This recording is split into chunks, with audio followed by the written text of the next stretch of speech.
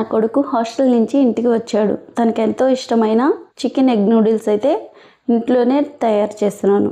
చివరి వరకు చూసి మీకు ఎలా అనిపించిందో తప్పకుండా కామెంట్ సెక్షన్లో కామెంట్ చేయండి. ఇప్పుడైతే ప్రాసెస్లోకి వెళ్ళిపోదాం. ముందుగా ఒక దబర్లోకి నీళ్ళు తీసుకొని మనము ముందుగా నూడిల్స్ తెచ్చుకున్నాం కదా, అవి 2 అయితే వేసుకోవాలి. నాకు అది సరిపోలేదని బాండిట్లో వేస్తున్నాను. ఇలాగా దీంట్లో కొంచెం ఉప్పు, నూనె వేసి ఉడకబెట్టుకోవాలి. ఒక 10 నిమిషాల పాటు ఇలా ఉడకబెట్టుకున్నామంటే నూడిల్స్ అనేటివి ఇలా రెడీ అవుతాయి మనకు. ముందుగా మనం ఉడకబెట్టుకున్న నూడిల్స్ని ఒక స్ట్రైనర్లో వేసి చల్లనీళ్ళతో మనము ఇలా స్ట్రెయిన్ చేసుకున్నామంటే పొడి పొడిగా నూడిల్స్ అనేది ఈ విధంగా రెడీ అవుతుంది మనకు. మనం ఇంట్లో తయారు చేసుకుంటే చాలా టేస్టీగా, చాలా అంటే చాలా బాగుంటుంది. ఇప్పుడు ముందుగా మనం అదే బాండిట్లో కొంచెం ఆయిల్ యాడ్ చేసుకొని చికెన్ అయితే ఫ్రై చేసుకోవాలి. ముందుగా మ్యాగ్నేట్ చేసి పెట్టుకున్నాను. చికెన్లో కొంచెం ఉప్పు, కారం, పసుపు, కార్న్ఫ్లోరు, కొంచెం మిరియాల పొడి, నిమ్మరసం వేసి మిక్స్ చేసి పెట్టుకున్న దాన్ని ఇలా మొత్తాన్ని ఇలా ఫ్రై చేసుకుంటున్నాను నేను. చూస్తున్నారు కదా, ఈ విధంగా ఫ్రై చేసుకొని ఫ్రై అయిన తర్వాత పక్కన పెట్టుకోవాలి. వాటిని చిన్న ముక్కలుగా కట్ చేసి పెట్టుకోవాలి. అదే బాండిట్లో ఒక 5 గుడ్లు అనేది కొట్టుకోవాలి.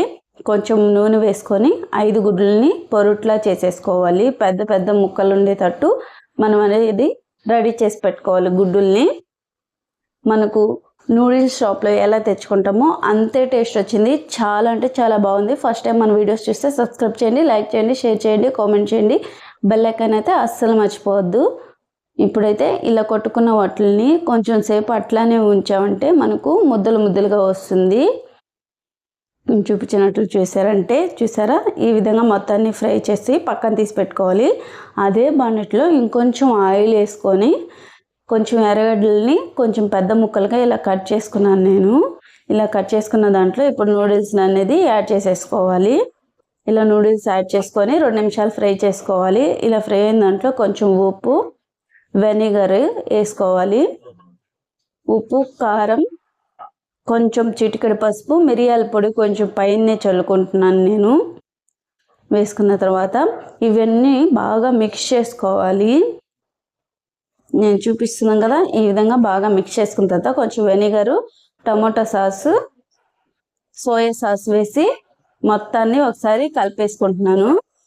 ఇవన్నీ మిక్స్ అయిన తర్వాత మనం ముందుగా రెడీ చేసి పెట్టుకున్న గుడ్డు, చికెన్ని ఈ ఫ్రైలో వేసేసుకొని మిక్స్ చేసుకోవాలి. కొంచెం కొత్తిమీర వేసుకొని బాగా ఫ్రై చేసుకున్నామంటే మనకు చికెన్ ఎగ్ నూడిల్స్ అయితే రెడీ అయిపోతుంది. టేస్ట్ అయితే చాలా అంటే చాలా బాగుంది.